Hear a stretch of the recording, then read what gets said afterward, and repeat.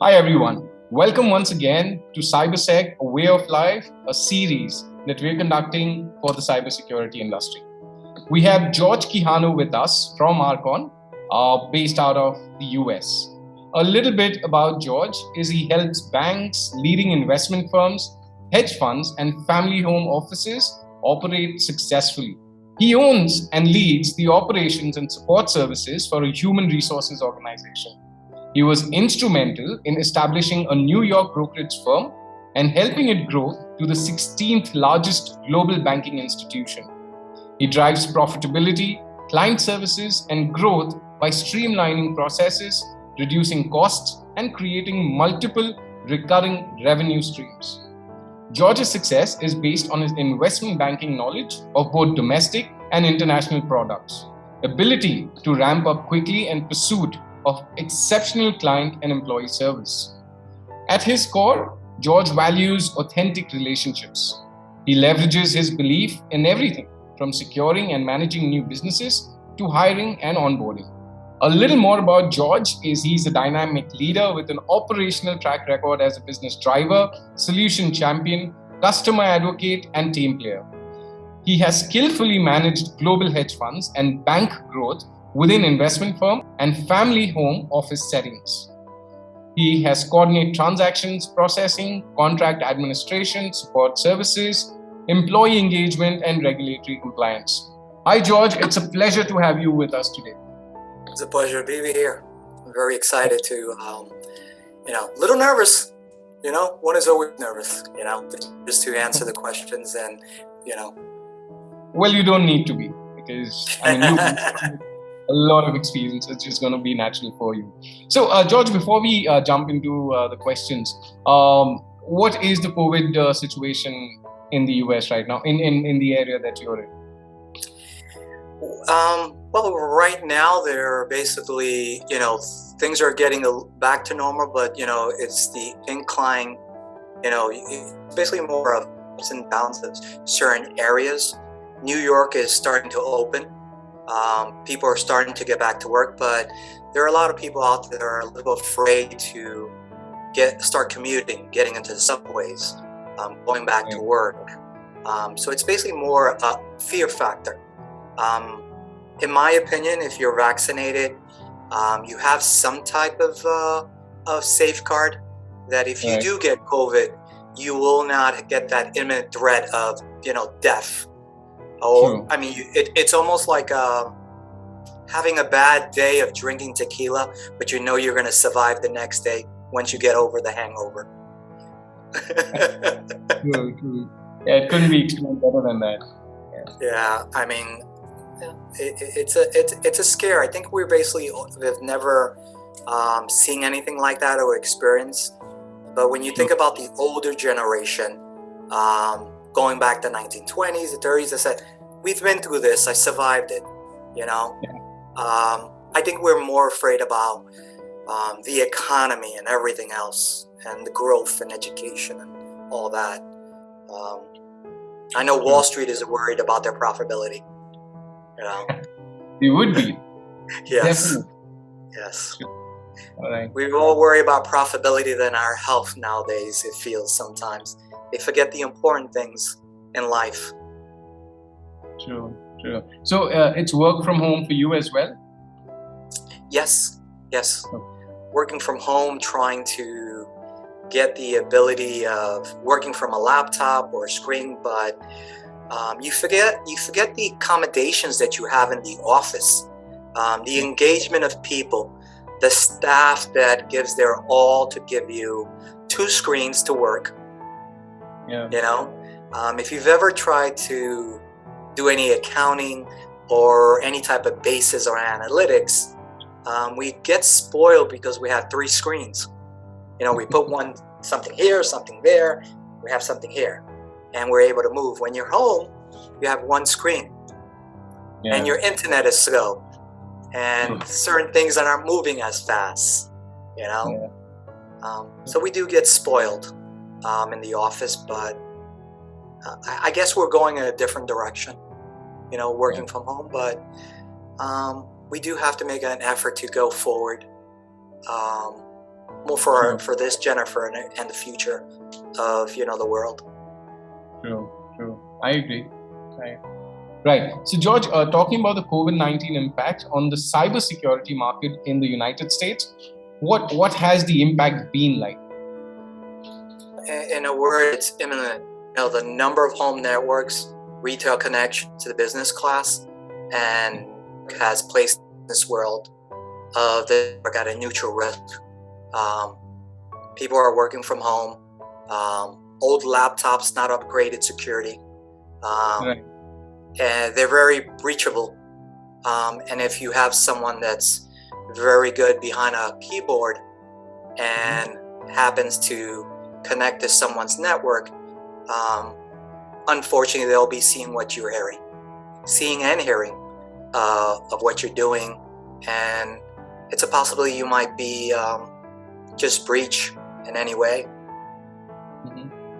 Right. Especially you have here in America, you have a lot of people that are either apartment buildings or homes, and they take the liberty of going to Starbucks or some other place and just connect to I want to work from Starbucks, or I want to work from here, or work from my car while I'm driving, because they want to get out of the house, Right. True. Okay. So that means the more the people are going out, the higher the risks, right? I believe. Yeah, I do believe that. I believe that if you're not going into a secure website or secure site, or have proper security on your laptop or your system, someone is going to hear something and they're going to be breached. Right. It's like having a CB radio, very old generation. You were able to take waves from the air and connect to it. And here, everybody's it's like wireless telephones. You're able to hear someone's conversation if you're not on a hotline. But remember, I'm not talking about the wireless that we're doing now, but 10, 15 years ago. Absolutely true. So we are noticing that there's an increasing demand for cybersecurity mesh. Can you elaborate on the reason for this increase? Well, again, the impact of home use now connecting to the business class network without the proper controls is placing such a stress level on the corporate networks that security controls needs to be taken to the next level. And people at the homes are not going to take that level. Companies and industries have to do that for their employees. True. So they need to implement the entire mesh. Yes. I mean, you need to implement everything just by logging into Citrix. Is not going to demand a secure line. It's almost like a website that you log or a web. It doesn't guarantee safety. Right. It's almost like being in the intelligence. Do I have a secure line? I agree. Okay, and so enterprises across are adopting IoT devices to improve operational efficiencies and enhance communication. How's that helping? I don't know. I feel that you have to be 24/7 access availability, never being out of the loop. Okay.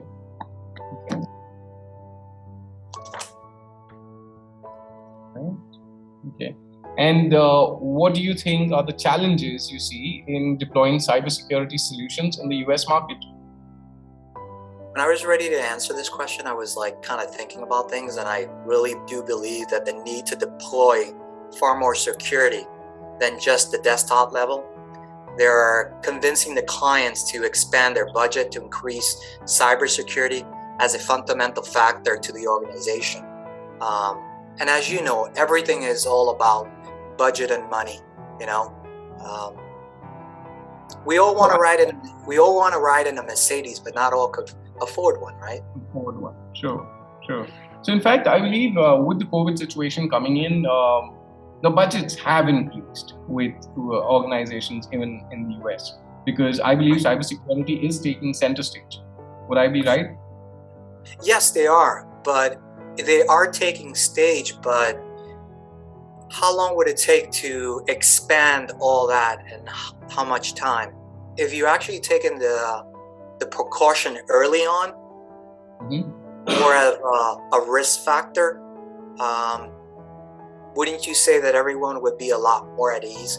We wouldn't have all the other things that's happened in the world, like ransomware. Right. You know. Okay. I mean, it's just more like we, as family and as family providers, we're all afraid of theft, right? So the responsible person takes the strategy and risk of saying, I'm going to take the risk of buying an insurance policy, right?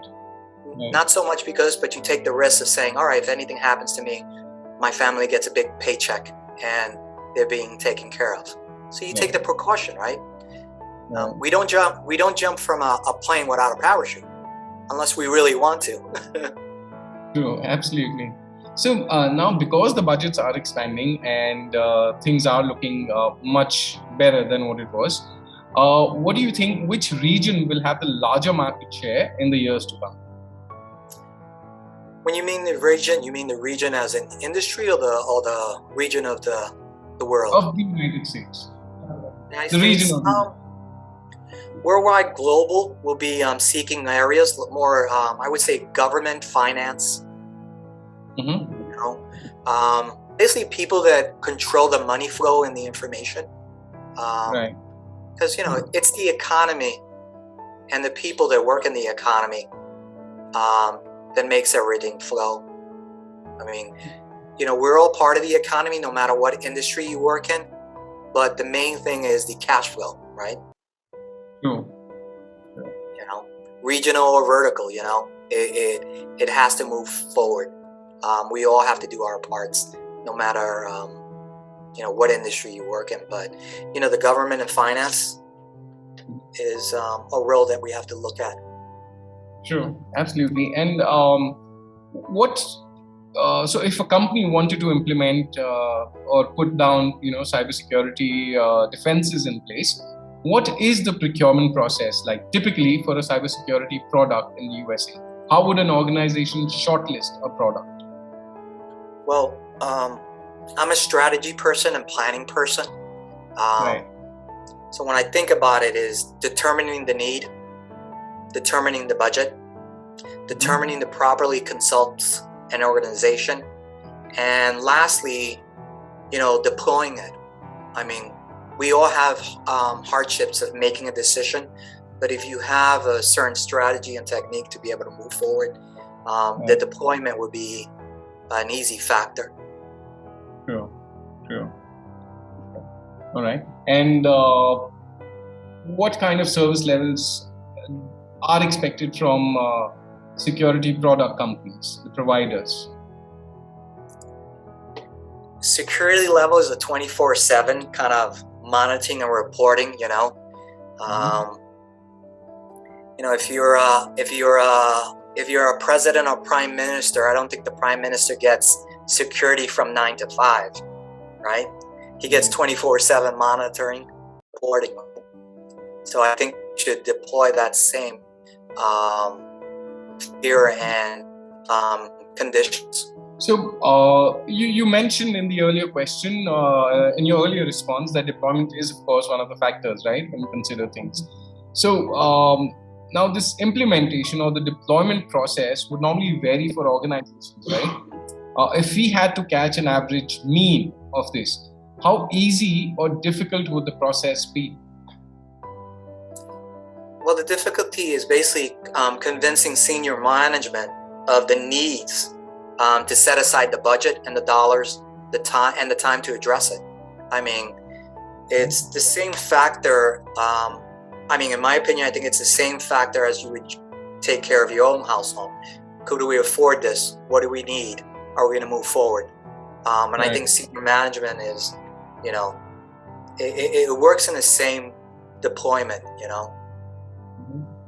Okay, fair enough. Now, George, of course, cybersecurity is a growing industry. It's growing tremendously.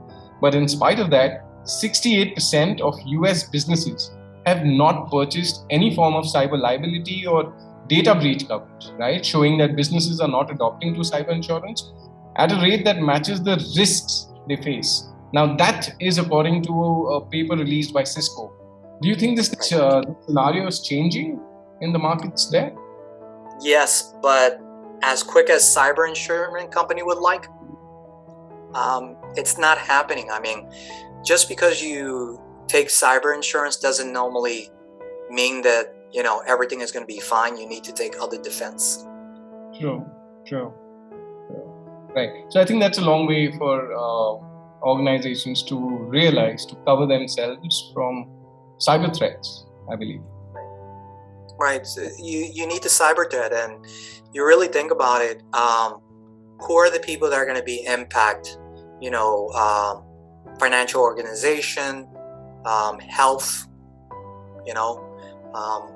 record keeping of people's lives, their banking information, their personal information.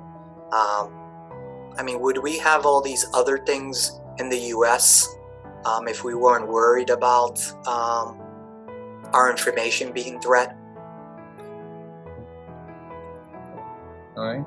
Now, George, the last question for today.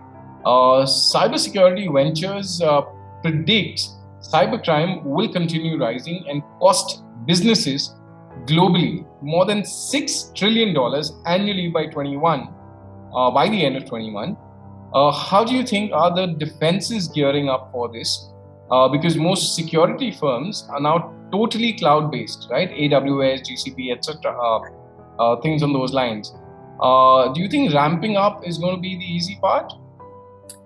Procuring the proper staff and expertise is the main thing. I foresee that's going to be a high problem.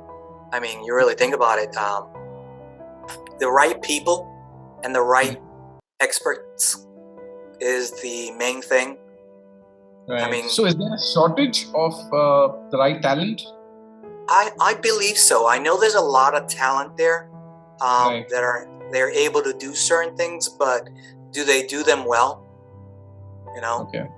Just because you're behind a keyboard and could install the malware doesn't normally mean that you're able to take care of some of the other factors. I mean, you really don't know how to appreciate the people that are in the technology area, the cybersecurity, the breaching and everything, till something goes wrong, True. So I believe in that case, you just wait for the learning curve, for these people to go through the learning curve and come out better at the end of it. I guess that's the approach you take, but you want to be with the right people that are mentoring those people. Right? It's almost like every successful leader has a successful mentor, right? Right. True. Absolutely. Right. Yeah. Right. So, George, you also are in the human resources space substantially, I believe, right? What do you think is the morale of the people right now, of people generally? I think for many years, when you really think about it, the world itself has worked for one company for many years, and they were hoping to have a long life in that company, get promoted, retire 30 years, 25, and have a good life, which really, in theory, that's not happening. So when you have good leaders and good management, you have to be able to extend the knowledge and the courtesy that the people that you hire. No one wants to stay in a company that's not caring about their employee. So you want to be able to give a human touch, but also give a learning ability to the talent and the appreciation of the people that you're bringing abroad. Sure. Everyone wants to be loved, they say, but everyone wants to feel complimented, but you want the good people that you have to extend their knowledge and feel part of the team, right? Because when you really think about it, when you think about Henry Ford in the back when he was building cars and everything. I don't think there was one person building that car, right? Right, absolutely. There were multiple people assembling certain things, and that's where we get the feeling of being needed and accomplish things together. Because good employees and good people leave not good companies, but bad managers.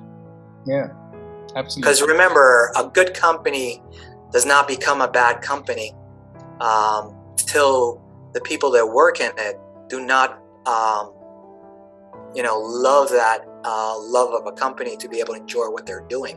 And if you don't enjoy what you're doing, that company's not going to be successful. Look at the companies that are successful. True. And also remember, we all want to have that growth feeling of community, and that leadership appreciates everyone from the bottom to the top. Yes.